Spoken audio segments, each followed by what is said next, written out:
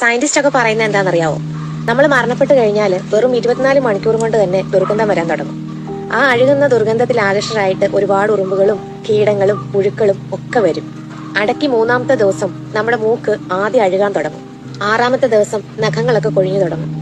9-ാമത്തെ ദിവസം നമ്മുടെ ശരീരത്തിലെ രോമങ്ങളും തലയിലെ തലമുടിയും എല്ലാം പൊഴിഞ്ഞ് വയറൊക്കെ വീർക്കാൻ തുടങ്ങും. 17-ാമത്തെ ദിവസം നമ്മുടെ വയറ്റിലുള്ള അവയവങ്ങളെല്ലാം പുറത്തു ചാടും. 60 ദിവസത്തിന് ശേഷം എല്ലാ മാംസവും ദ്രവിച്ചു പോയിട്ട് വെറും അസ്ഥികൂടായിട്ട് മാറും.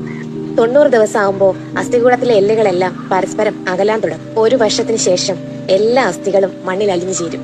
സംസ്കരിച്ച മൃതദേഹം അങ്ങനെ മാഞ്ഞു പോകുന്നു. അല്ലെങ്കിൽ നമ്മുടെ ഈ പ്രകൃതി മായ്ച്ചു കളയും.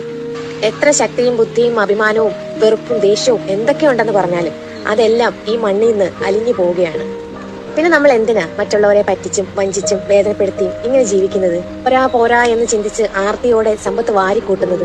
നമ്മൾ മാന്യരാണെന്ന് മറ്റുള്ളവരെ ബോധ്യപ്പെടുത്താനായിട്ട് അത് എളുപ്പാ.